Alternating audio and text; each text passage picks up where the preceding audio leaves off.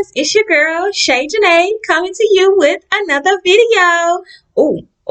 Yes. So we're talking about three very important things today: saving, credit, and buying a home. Where do I start?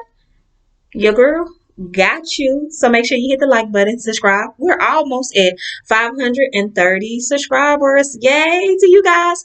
Thumbs up if you like the video. Let's move on. So we're going to jump into saving first. Then we're going to go to credit and then buying a home. That's what the way you should be doing it anyways. So let's jump to saving. So you don't know where to start on saving. Girl, been there, done that. So all you need to do is figure out a game plan. Look at your paycheck stub, figure out how much you can save and actually stick to it. Get to a strict budget. See what's in your life that you can actually stop without. Like, for instance, when I started saving, I had a television, so I invested into a Fire Stick and just switched from television to internet to only internet where I can use my Wi-Fi, and I have all smart TVs at home. So that way I get to watch all the apps and Netflix and everything that I like to watch. So I cut back on $100 and some TV bill that I had all the way down to $50 to just buying internet. So you want to look at stuff.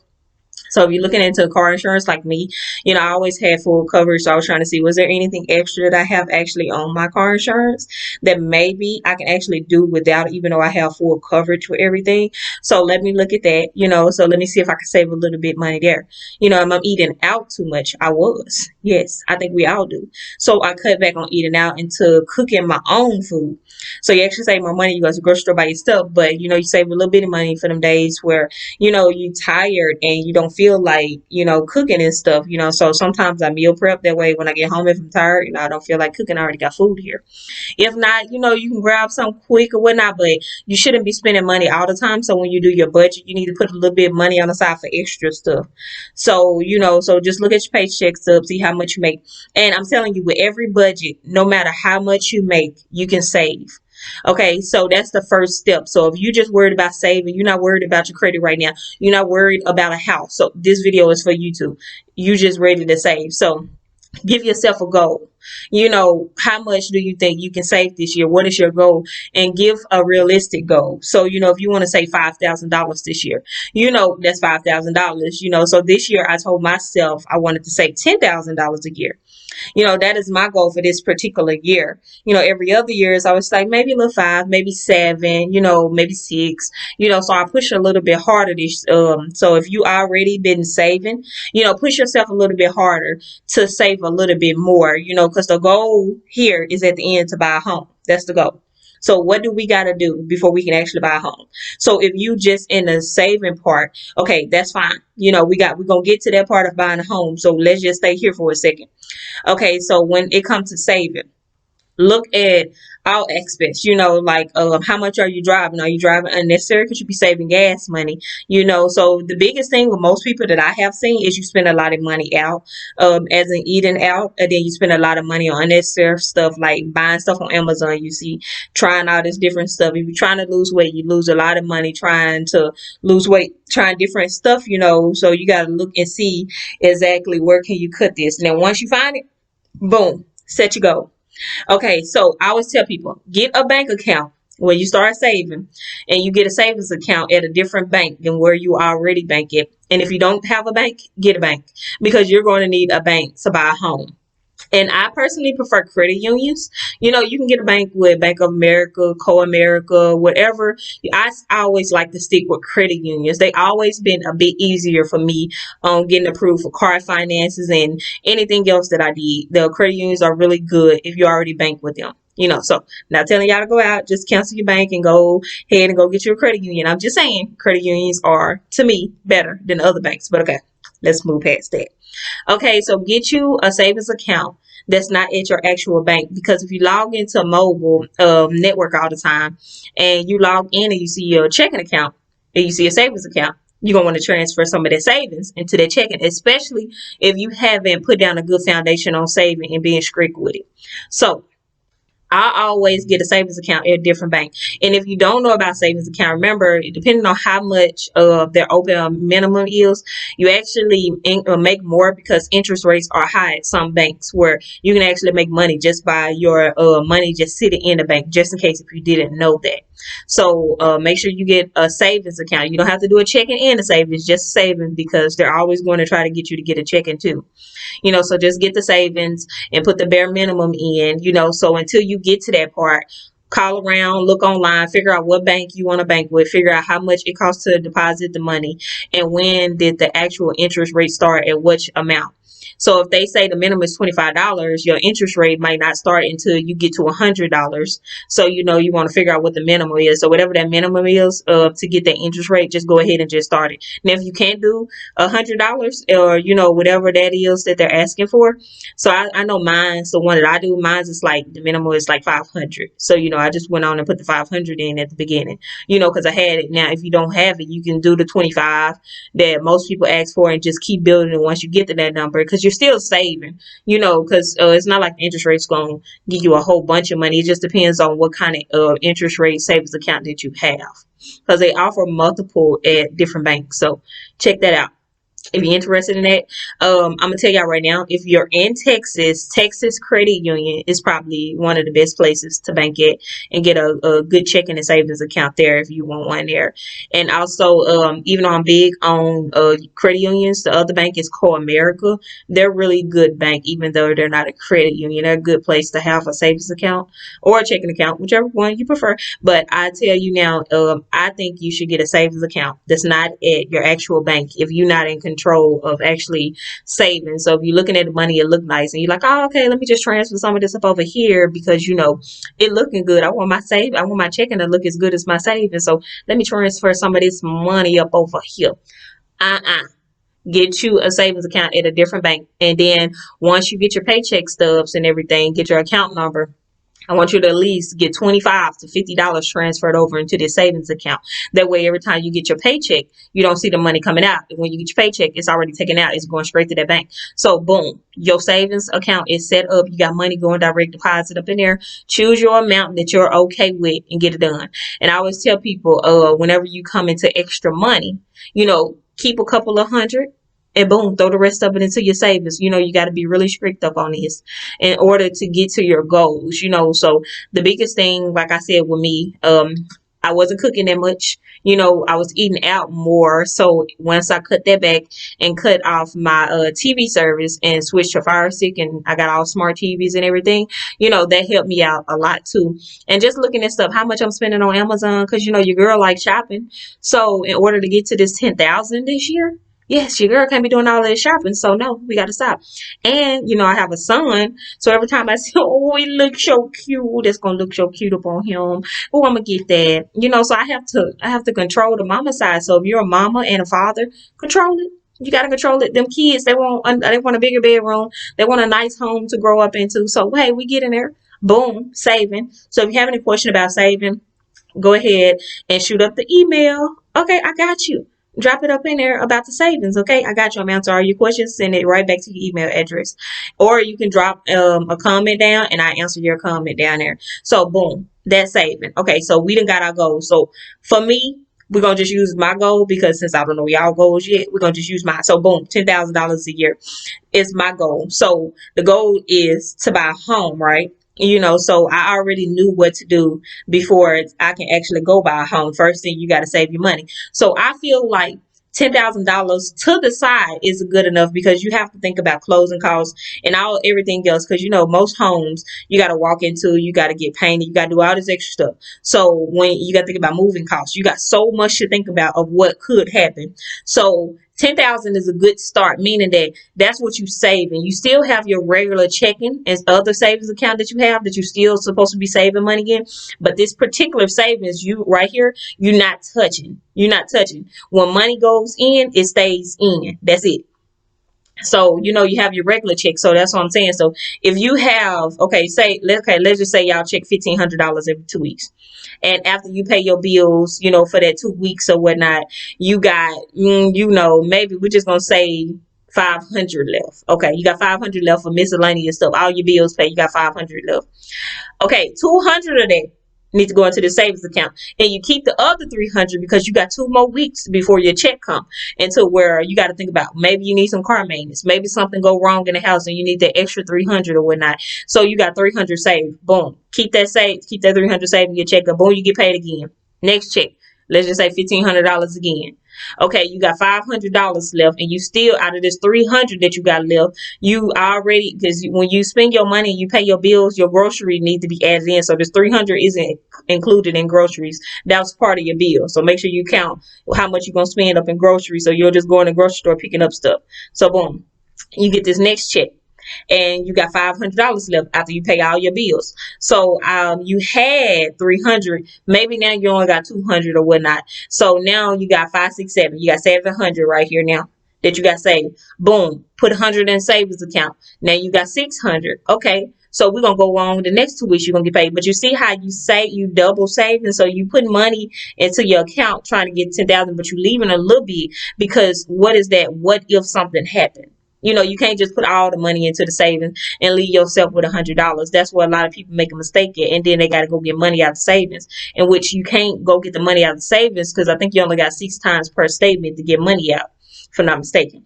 Okay, boom. So now you got this money saver here, and you get another check. So that money out of that next check, you take $200 or $300, put it up in that account. So you go off what you can afford. So go by your budget. Don't go crazy. Go with what you're comfortable with. Okay. So choose what you're comfortable with. So for me, even though I put large amounts into my savings, I only take out $50 out of my check that goes straight into the savings. Only 50, because it's always that what if could happen, because I do have a child and then I have me. So it's always that what if you gotta take that baby to the hospital, and now you got this $200 bill left over. You don't want to just keep paying $10 here, $5 here. If you got the money, go ahead and pay it off, going on by your life. Less stressful. You just pay your bills off and keep going. Okay, then boom, what if something happened to you and you got to go to the doctor? Us as adults, it's not cheap for us. It's rounded off. You got insurance, you paying $130 every visit. Afterwards, after the insurance pay, you automatically paying like $130 bill wherever you going for, unless you got Medicaid. And if you got that, honey, you just blessed, because honey, they won't approve me for that. Make too much money. So you blessed if you got the Medicaid. Okay, so boom, savings. We're going to get done with that, and we're going to go ahead and move into the credit. So you already got your savings. Go focus on to do your budget. If you have any questions about the budget, hit up the email. Boom. Let's roll into credit. So the first thing you want to do is get your credit score. Okay, once you find out where you're standing, first thing you want to do is look at your payment history. Your payment history need to be at 100%, because that's basically telling folks I pay my bills. Okay, and then you want to look at how many collections you have. So that's the next thing. After you look at your credit score, look at your payment history. Okay, and then let's look at collections. People always say, y'all don't care about hospital bills, all this. Well, okay, they really don't care about hospital bills really when you doing real estate. But it depends sometimes too. It depends on how many collections you got out there, because the collections basically saying you don't pay your bills, even if they is hospital bills. Or you done got some loans from some places and you don't pay no loans. You maybe got some car repos or whatnot, because a lot of people understand that them hospital bills do show up in collections. I don't know where they think they show up at, but they show up in collections. Okay, so if you got Credit Karma, it actually shows you where you red, green, yellow. So you want to try to stay as closest to the green that you can. Sometimes you hit yellow, it's totally fine. Just push back to that green. So the collections, you want to dispute what you can. Okay, so it doesn't hurt your credit score to dispute. You're gonna hear that a lot. Okay, but follow me for a second. It doesn't hurt to dispute it. Now, once you dispute it, the company has 30 days to reply to it. If they don't, they automatically got to take it off your credit. Okay, this is the thing. Whoo, they took it off my credit. Whoo, it's past 30 days. They can put it back on, which is going to ding your credit again. So even though they took it off, your credit score went up 1 point. Whoo, it's so good. But when it ding again and they put it back on there, because that's actually your bill, and they went back and still investigated after the fact, your point going to go down 3 or 4 points, depending on how much that bill is. So you see what I'm saying? So dispute what you actually think is not right and incorrect, and they can actually take off. But don't dispute if it's actually yours. That's what people make mistakes at. This don't just sit up here and dispute it, because they can put it back. They can put it back on your credit, which are hurting more, because now you just restarted everything, because everything on your credit, like for inquiries, can stay on for 2 years, and collections can stay on for 7 years. Okay. So you just restarted it by disputing it, and they taking it off and putting it back on. You just restarted it right here. So it looked like it's fresh up on your credit. And then you're gonna have to dispute it again, because now the years ain't right. And you even got stuck just doing a whole bunch of disputing, and your credit score is doing it. So I always tell people, pay your bills.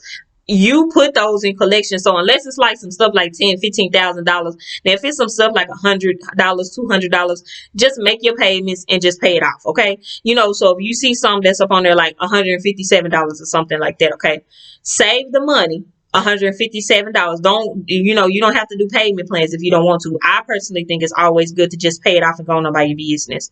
So you see 157. So boom, say $10 here, say $20 here. Now if you can afford the 157 at that moment, just pay it off. So just keep saving. You get that money, and then once you get that money, call the collection agency. You ready to pay over the phone. Boom. Now the only thing about is when you see collections, when you call them people, okay, this is the thing right here. The company that they sold it to might actually finna give you a discount. So it might say 157, but they might have sent you something in the mail actually offering you $100 if you just go ahead and pay it off. So you want to ask for that option before you choose that 157. But don't call them until you actually got the actual 157, because remember, your call is recorded. So you actually agreeing that this is actually yours at this moment, this collection. So boom, okay. You got the $157 call. They say, you ask them like, hey, is there a price reduced that I can actually pay because you saved 157? And it was like, oh yeah, we actually took off the 57, so you can actually just pay the 100 and we'll delete it off your credit, because you want to do pay to deletes. Now this is the thing, everybody don't do pay to deletes. They'll show it as paid, so you want to figure out if they do pay to delete. So if you paid it, it's paid it. It's still it ain't gonna increase your credit score, but it's just gonna show that you paid your bills. Okay, it looked like you can pay your bills, so people will give you a chance. If home isn't even what you're looking for, you got to understand that apartment complexes is pulling credit. Cars, when you get new cars or whatever, you want to focus upon this credit, because it's very important. Okay, boom. So that's with collections. You want to try to get down to 0 collections, but work your way towards 0. So if you got 15, honey, you got some time. It's time to pay and save and pay those bills off. So when you saving that money, you might be saving to pay towards your credit first, pay that stuff off of your credit first, or your student loans, or working towards something like that or whatnot. If you don't have that much student loans, you might be working towards that. You might not be saving for a home. You might be saving for a car. You can be saving for anything, but the whole goal first is you got to save to do anything. Unless honey, you just blessed and you just got the money to just throw out there and just do all of that, and you just blessed. Okay, good for you. But us folks up in here in the back, we got to save before we can do some extra stuff. Okay. So boom, we're going to the credit. So the next thing that you want to look for up on your credit is you want to look at your credit card usage. You want to keep every single thing down under 30%. So that means all your cards together, you want to keep under 30%. Now, if you're leaning towards a home, get those balance. When you get that bill, pay it off. Keep it at 0 utilization. Okay, keep it at 0. So get the bill. Once you get that bill, it's already reported to your credit how much, pay it off. Just keep paying it off. So you use a little bit for something, use a little bit for gas and food, pay it off. Just keep it going just like that. Get the bill, pay it off. Keep it at 0, because you want to keep your open lines of credit down. You want to keep them open, but you want to keep them down. You see where I'm going? Because if you got student loans, right, most people student loans isn't all together. They're all split up if you got the Fed loans. So you got one for here 2,000, you got one here for 1,000, you got one here for 500. You might have some Sallie Mae loans up over here, but everything is split up. So you looking at you got 30 lines of credit between your credit cards and all your student loans. You got so many lines open. Who gonna give you a chance? You got too much open. You got too much going on. Who gonna give you a chance to buy a house? So okay, let's close some of those credits down. So if you got credit cards, that's the first thing. Most people, I've got $700 in a credit limit, and you out here using $600. You gotta stay away. The credit cards is to work on your credit. It's not out here for you to be just spending money like this. If you're working towards a goal. So if you saving and you got a lot of money that you owe on your credit cards, you might be saving to pay off these credit cards first. That's what you got to save for. So get your goals right, okay? You can't say, oh, I'm finna go save for a house, but you haven't saved to fix your credit. You haven't saved to do all this other stuff that you need to do in your life before you get there. Because once you get to this house, you don't need to have all this stuff, this baggage, that you got going on. You need to have fresh and clear air to where you can focus on this mortgage, this house, this paint, this roof. So much comes with a house. You want to be able to focus upon all of that. You want to have to backtrack. Oh, I got these student loans to pay. Oh, I got all these credit cards to pay. I got all these bills to pay, all these health bills. I got all this mortgage. I got insurance with the car. I got insurance with the house. I got so much going on. Oh, my air conditioner just went out at this new house. Now I got to go out here and buy a new air conditioner. Or, oh, this roof wasn't as good as I thought. I got it inspected and it done went out on me the next 6 months. So now I got to get me a new roof. So you don't want to have all of that baggage. You want to cut some of that out. So when something happened, all you can do is focus upon this house. I'm not saying that a lot of people haven't did it. I'm just saying they make their life harder by not getting it together first. Because in this mindset right now, we got this where, oh, we got to get married, we got to have kids, and then we got to have a house. That's all fine and dandy and stuff, but you got to make sure you handling business first. So when y'all get this house, you are less stressful, because buying a house can be stressful, especially everything that comes with it, because you got a real estate agent that's there at the beginning. They not there afterwards. They done sold you this house. They done got their commission and they own by their business, okay? So now this is your house, so you got all this stuff to deal with. So I tell people all the time, I see so many young people get into these houses and, oh, they got all these crazy student loans. They got all of this that they worried about on top of their mortgage, and everything just went out of the house. They got to get all this fixed. Got so much going on. My thing is, start with saving. So if you got some stuff on your credit that will make your life easier and to pay off, go ahead and do that. For instance, my student loans. The way I pay my student loans is, I pay one at a time. So if I have one for $600, when I get that $600, I'm paying it off. The next one, if I got one for $1,000, I'm gonna save that $1,000. I'm gonna pay it off. I keep doing it like that, because I'm not saying that I'm gonna be debt free when I get a house, but what I'm saying is I'm not finna really have all those student loans. When I get a house, I best to have about 2 or maybe 3 student loans out there that I'm working towards. I'm not finna have a whole bunch of student loans. I'm not finna owe nobody no $30,000-$40,000, and now I'm getting a home, that's worth so much money, and I got so much going on. So I kind of want to cut down and get that down, and learning about other people's experience and going through the process with them and seeing all of their problems. That what made me back up, because I was one of those people that, by 30, I want to have house. We all do this or whatnot. And so I backtrack. I got family members who already got houses. I got friends who already got houses. And, I see all of these situations all the time or whatnot. And I was like, so what was your saving goal before? We had some money. We borrowed some money from some people to get up in this house or whatnot, but we didn't really save too much. So did you buy down your interest rate, anything with it? No, we didn't buy down our interest rate. We getting there. I'm going to tell y'all what that is. I got y'all. Okay, so we got the savings out the way. So with your credit, the first thing that you want to look at, because credit is like, I could talk about that all day. So the first thing you want to look at is, of course, like I said, look at your payment history. Your payment history needs to be at 100%. Make sure you pay your bills on time. Look at your collections. Okay, we can't do much about inquiries because you can't really dispute those. I mean, you can, but you gave somebody your Social Security, you let them run your credit, they pulled it, it's gonna be on there for 2 years, so it's just stuck. So if you got Credit Karma, look up at that and look how many are up in green, look how many up in red, and see what you can do about that. Because I think between 1 to 3 is green, and if you got more, it's red. It's not really a big deal over time, so you want to look at that. So just look at your credit score. Credit Karma actually breaks it down. What can you do to improve your credit? Just read a little bit, educate yourself. If you have any questions, don't be afraid to hit up the comment section or hit up my email address. I will get right back to you about this. Okay. All right, so the other thing you want to look at is how many credit cards do you have? Credit Karma is going to offer you, oh, if you get this credit card or whatnot. So we got to just stop. Let's just stop hurting that credit. Don't give anybody your Social Security number. Don't let anybody do any more inquiries. So let's just stop where we at. It's already hurt. Let's stop. Let's fix it. So don't let anybody run your credit at this point. You're trying to get your credit together. First off, nobody. Don't get no new credit cards. There's going to be so many offers out there. Keep the credit cards that you have already, and let's just work to pay those off. Now, if you don't have credit cards, get you at least 2 credit cards, okay? So it's going to ding on your credit, okay? But we're gonna get them points back, okay? It's gonna do a little dinging, but it's also gonna help you in the long run. So if you don't have any credit cards, just go ahead and just pick out 2. Now it might not be much up on the credit limit because it's your first time getting credit cards and stuff.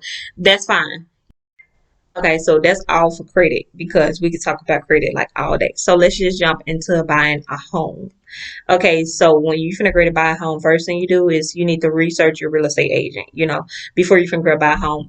And then you need to figure out before you get the real estate agent, how much did the bank already approve you for? So, once you go to the bank, actually your bank, because if you with a credit union, it's really easy. So get a credit union. Go to the bank, figure out how much you can actually mortgage, that they approve you for. So once you find a real estate, she already know the price range of what you're looking for. Okay, so you already got your money saved. Boom. You got moving expenses saved. You probably gonna want to buy some new furniture and new appliance. How old is this appliance? You're gonna have to get this inspector to inspect this home, to figure out what you're gonna really have to buy, what they're gonna have to fix before you get into this home. Okay. You want to think about closing costs. People I'll tell you first time home buyers, oh, you don't put any money down, trust me. You're gonna put some money down, some 3,000, 4,000. You got to put something down to buy this home. And again, it's dependent upon your credit too. So make sure you take that to get that fixed too.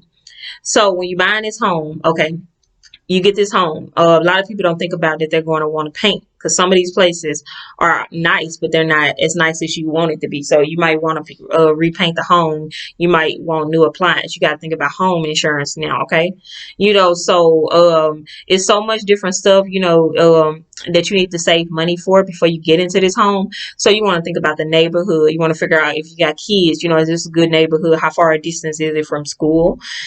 Is there any library parks? You want to check the neighborhood out. How's the crime in the neighborhood? What about sex offenders in this neighborhood? So, you want to do your research before you get to doing this home. Now, the real estate agent, you can give them all of this information, but I always tell people you want to research yourself when you get out here looking at home before you actually sign a paper that, oh, I'm going to choose this home. So once you get to some homes that you like, ask the real estate agent all the questions, but you have to understand it's a lot of great real estate agents, but they got a job. They're trying to sell a house, so do your research and look into your stuff because every real estate agent isn't honest. They're just trying to sell a home. Now you got some really honest ones out there that'll put you in good homes. They're good people. If you run across them, you're good. Awesome. Check your friends and families out. Figure out who their real estate agent was. You might want to partner with them if they had a really good experience. Go towards the people that that already had a good experience. If they didn't, go and buy your business, write down that person name, not to contact them once you find your real estate agent. So you want to think about house care. So if you got a yard, you want to think about your appliance that you're going to need to keep this yard maintained because this is your job now. You're not in an apartment anymore. You got to cut your own yard. You got to trim your own stuff. If you got trees that's not up for regulations, if you didn't catch it at the beginning, they're going to get it done before you did your closing costs. That's your responsibility. If you're moving into these homes that's part of a street neighborhood, if they all got a connected fence, you ever go into a neighborhood, all the houses look like they all painted the same and the color coordination all kind of go together, it's because they stay up in a neighborhood. They stay in a neighborhood with a company, right? So if that company decides to change the color of their fence, for instance, you're going to have to change the color for your fence because you're in a company neighborhood. Okay.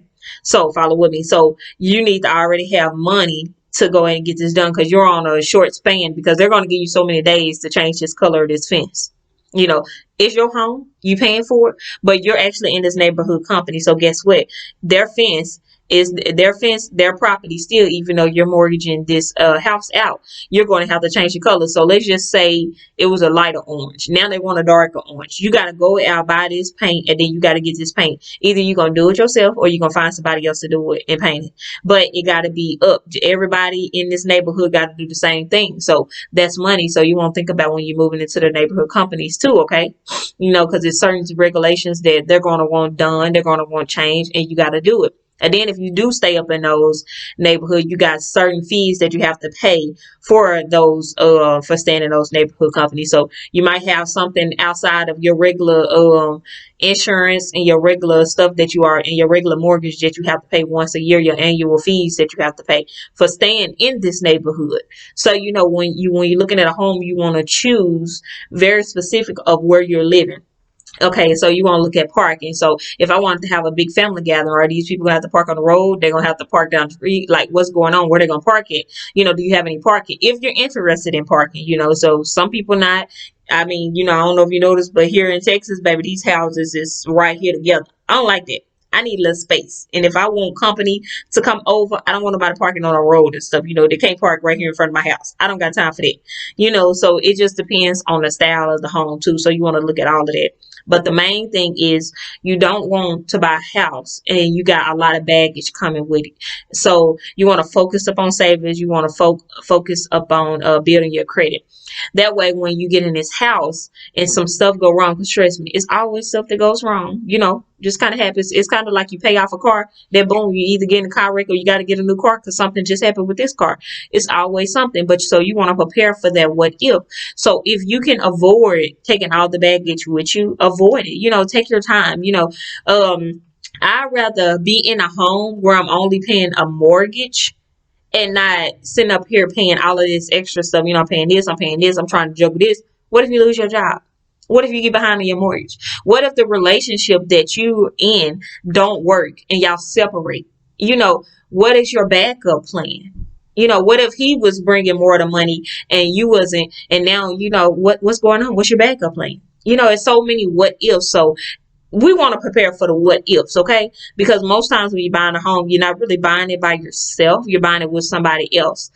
So you always got to think about, what if you lose that person today? Will you be able to afford this mortgage by yourself? So when you're looking at how much you're taking out to buy this home and how much your mortgage will be, I always tell people, get into places where one person can pay the mortgage. Now, both of y'all together, and it's a lot better if, like, for instance, if the mortgage is $1,400 and your rent right now is $1,600 and you can pay your rent by yourself. You get married, boom, you move into a $1,400 mortgage and you will lose your partner. Y'all separate, anything, anything could happen. Boom, you've been paying $1,600 by yourself. So now you can pay $1,400, but you get into a $2,500 mortgage, right?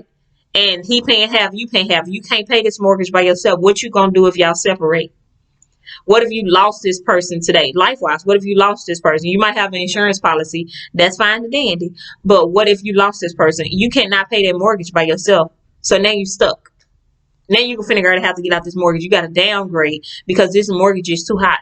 Or you got to refinance the so many months out to get this down to where you can afford it. So I always tell people, when you out here and you buying homes, and even though you have two incomes, if you can, focus on whoever makes the most money and whoever makes the less money and try to stick with that mortgage, which it helps you out in the long run. That just means that might be your starter home. We don't have to have these big fancy homes. That can be your starter home where you're still paying the mortgage, paying it off, and you're saving at the same time with your partner.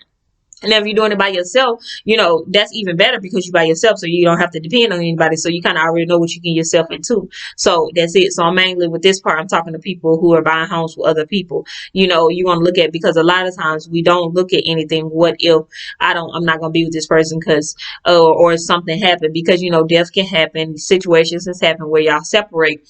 And now you got all this stuff going on and y'all to purchase this house together. And what are you going to do now at this point? So you want to look at that. Okay. So guys, if you have any questions, make sure you comment, like, thumbs up if you like everything. Okay. And make sure you hit up the email, the comment section. If you have anything, it's your girl, Shayjanai, signing out. Oh, we talked about saving. We talked about credit. Ooh. We finna go to buy a house. And go. Yes, y'all. We making changes up over here. Yes. Shayjanai, share my video.